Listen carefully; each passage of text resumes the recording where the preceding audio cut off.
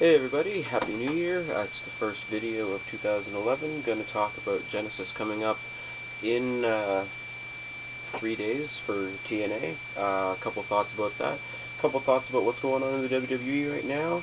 And yeah, anyways, how are you? Hopefully you all had a great New Year. I had a great New Year, other than the fact that I'm still unemployed. So anybody that's in the same country, province, city as me that wants to give me a job, go for it. Alright, Genesis, coming up in 3 days. What do we got? RVD versus a mystery opponent. Never do this at a pay-per-view. Unless it's Jeff Hardy and they're going to give RVD his title shot, I don't care about this. RVD's awesome, whoever he's with will look awesome, but I'm not going to care. Bully Ray versus Devon. I don't know what to say every time they make the Dudleys fight. Every tag team that comes around, the question is always, which one's better, which one would win. Would it be Matt or Jeff? Would it be Edge or Christian? Would it be Animal or Hawk, etc., etc., etc.? When it's the Dudley Boys or Team 3D, it's just boring because you can tell they don't want to do it. And every time the Dudleys fight each other, they feel the need, no matter what company they're in, to make Bubba Ray look like a pussy and a prick, and I don't like it. And I don't think the crowd likes it either, because we are way too invested in them as a tag team, as one of the most decorated tag teams ever, to get invested in them as a rivalry, because, it's not going to last very long. Mickie James versus Madison Rayne for the Knockouts title. This could be a good match. I think this is going to be the year for Mickie James, or at least I hope it is, because she works her butt off.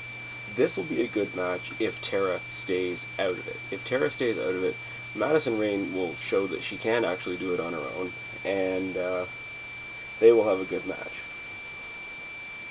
Jay Lethal versus Kaz will be good. I love watching Kaz, even though he's a prick, even though he's in Immortal and Fortune and all that sort of thing.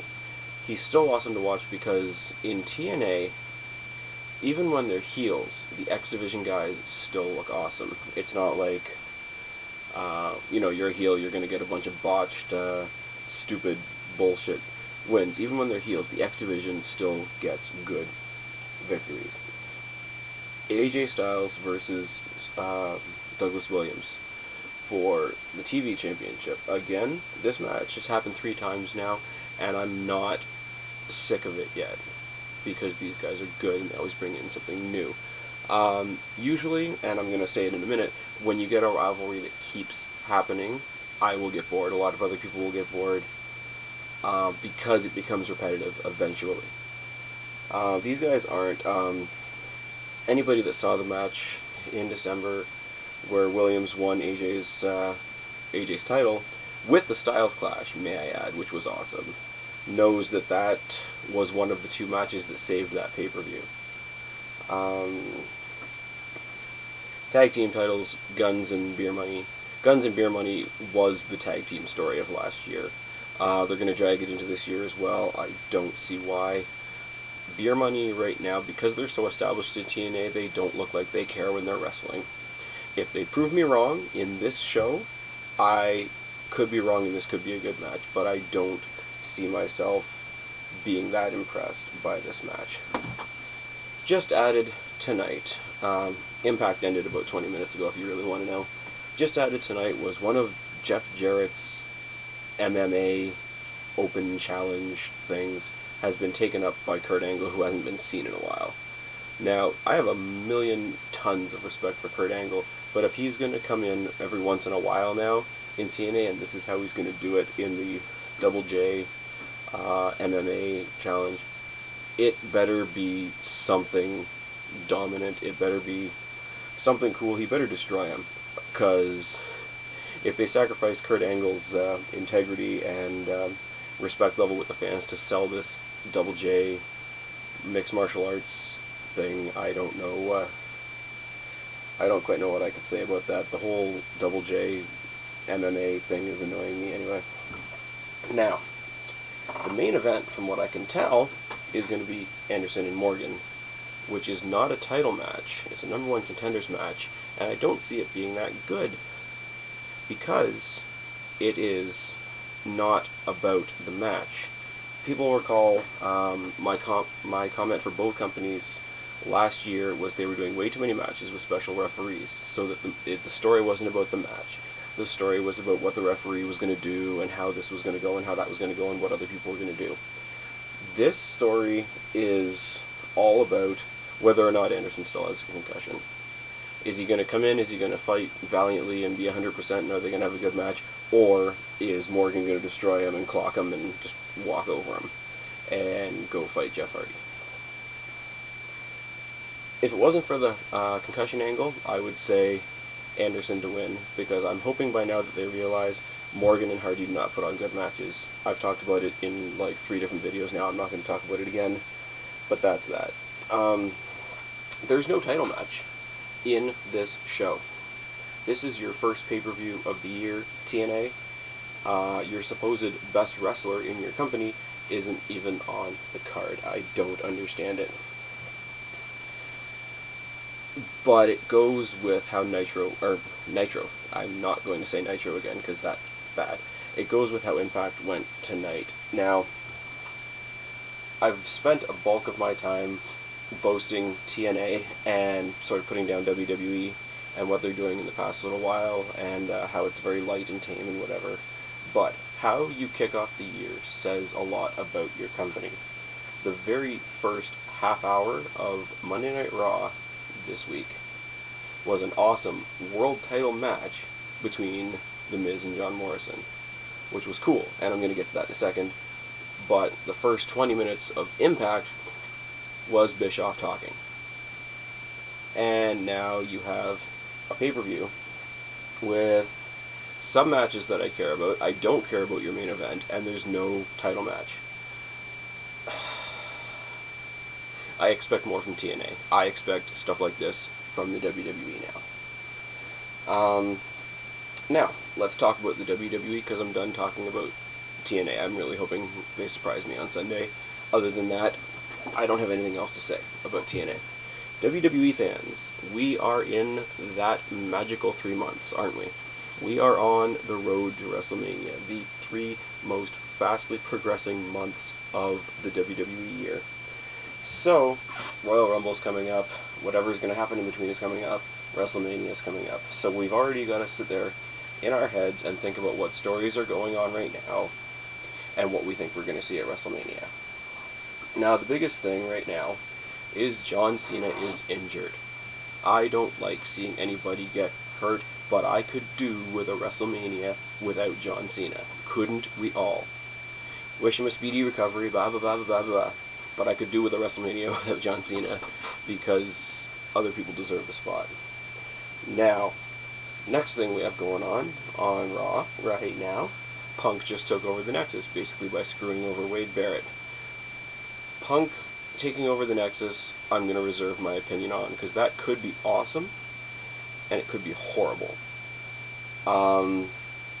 Do I see this becoming a rivalry between Punk and Wade Barrett? I hope not, because I love watching CM Punk in the ring, and I hope they don't waste him on a rivalry with Barrett. But it looks like it's going to happen. I find myself, personally, and it's because of my own opinions, it's not because of anything that anybody else has done or said, I find myself in a very interesting triangle of opinion as far as the WWE title goes. The world title, I will start caring about when Kane's not fighting for it anymore. That's what I'm going to say about that. And I'm really happy that Edge has it. I think he deserves it. But if we find somebody cool to go against Edge, I will care about the world title. Right now I care about the WWE title that is still held by The Miz, because Morrison lost. Now, I'm at a loss to say what I really want here as far as world title matches. Miz and Morrison I was excited about on Raw. It was not quite as good as I thought it was going to be, and I think it could have been on a pay-per-view. Now, do I think Miz and Morrison should happen at WrestleMania? No. Do I think that Miz and Orton should happen at WrestleMania? No. What I would love right now, because The Miz is still the champion and now Orton's the number one contender, I would love to see Orton get his title back from Miz, which probably isn't going to happen. I'd love to see Morrison win the Rumble, and I'd love to see Morrison challenge Orton for the belt at WrestleMania. But if they do that, that's going to slam the brakes on the big push that they're giving The Miz. And I do like The Miz getting a push, because I think The Miz is amazing as well. I can't see him being at WrestleMania level yet. Morrison, Orton at Mania would be it. Or if some kind of switch happens between now and WrestleMania, I would love to see, Morrison versus Edge for the world title.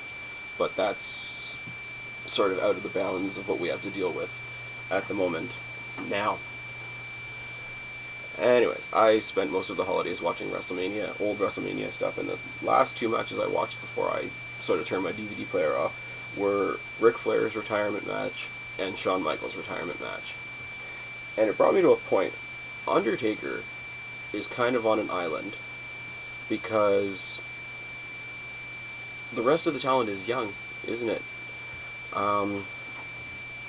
When Undertaker and Shawn Michaels had their rivalry leading up to Shawn Michaels' retirement match, you saw them in the ring, and you could tell that they really didn't care, or they cared. They didn't feel the rivalry they were having. They just knew that they were building up to something special, because it was the last rivalry that was going to be historic at WrestleMania. The only historic figure left in the WWE is The Undertaker. Now, who else historic is there for him to go against? Bret Hart came back and fought Vince McMahon. Ric Flair's retired. Shawn Michaels has retired. Hogan's, in TNA. Austin is gone. The Rock is making movies. On a personal note, I was at WrestleMania 18 in Skydome. I paid way too much for a nosebleed seat to see The Rock and Hulk Hogan. That was something that's never going to be replaced. There is nobody in the WWE that is going to create a historical moment like that on the current roster, other than The Undertaker, and there's nobody for him to have that moment with, which is sad. So realizing that, we're going into a very odd time where WrestleMania is where history is made, and there's no history makers there. The other half of that being Undertaker's streak, because there's nobody left in the WWE that deserves to take Undertaker's streak. And every rumor in the book says that Cena is going to face Undertaker at WrestleMania, and if they give Undertaker's streak to John Cena, I will stop watching WWE.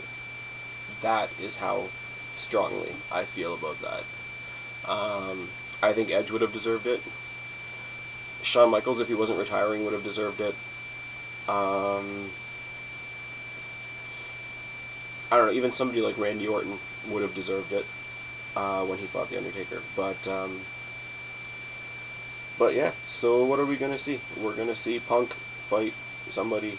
I want to see Punk go for the title. I would love to see, say, Punk versus Miz versus Morrison, because when ECW started, the big rivalry when they had their little neutered version of ECW was before Morrison and Miz became a tag team, was Punk and Miz and Morrison fighting each other. I would love to see that three-way rivalry renewed on a world title scale. Other than that, Orton's still awesome. Edge is still awesome. Hell, let them fight again. They throw on good matches. There's nobody that should fight The Undertaker. There's nobody that deserves to fight The Undertaker at WrestleMania. It would be like if Shawn Michaels hadn't retired, other than the Undertaker, who deserves to fight Shawn Michaels at WrestleMania? Nobody. So I say it with a heavy heart. I'm a WWE fan. I've been a WWE fan for as long as I can remember. But I have very low hopes for WrestleMania, and it's only January. Anyways, lighten the moment a bit. Genesis is this Sunday. I will have my video review of Genesis up by the time I go to bed that night or the next day, if I don't manage to get it up that night. And that'll be about it. I've been Spaz. Subscribe up there, talk down there, let me know what you think. I will talk to you later. Happy New Year, guys. Bye.